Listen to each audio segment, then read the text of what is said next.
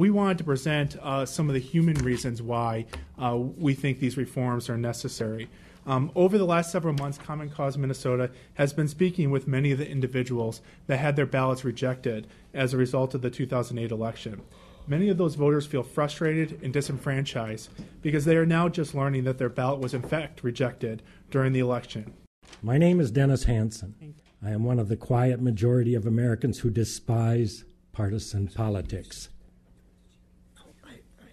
I am an American citizen just trying to do his part. My parents are lifelong residents of Minnesota who live in Tracy and winter in Arizona. They are presently 90 and 95 years old and need help in their travel. Because I'm retired and live in Minnesota, I am able to escort them to their Arizona winter home in October each year. In October 2008, before the national election, I went to the public offices in Woodbury, Minnesota to vote as an absentee. I found no difficulty following the directions and completing my ballot. Sometime during the Minnesota senatorial election recount, I received a telephone call informing me that my vote had not been counted. How would you feel?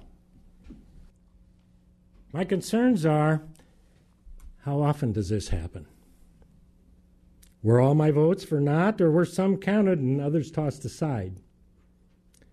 And yet now I find out that it doesn't make any difference if you vote in Minnesota, because there's a good chance it could be thrown out for some obscure reason. I don't even know what my reason was, why mine was thrown out.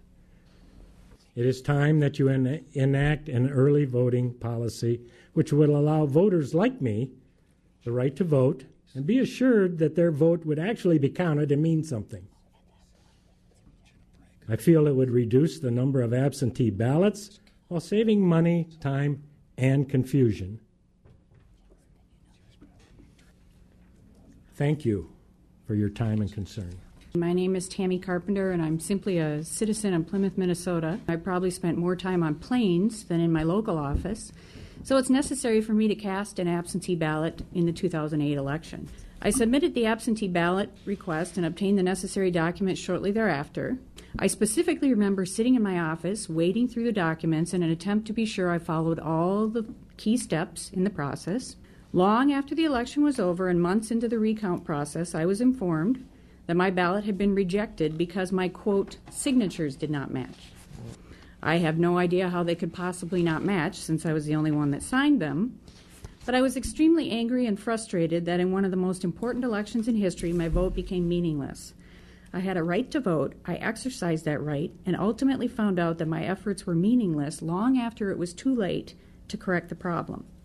The paper absentee process is clearly flawed. Voters should not wonder if their efforts to voice their opinion are accepted and thus count. Early voting would allow business professionals like me, who really have no choice in the travel time zone, allow them to vote at a convenient time that works in their schedule and have the confidence that their vote would count.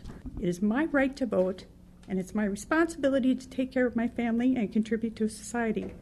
And the only way to do this is hard work. And today that means travel, and it means missing elections. And if this typical Minnesota work ethic should stand in my way of exercising my right to vote and make a difference for my kids, we do not have our priorities straight.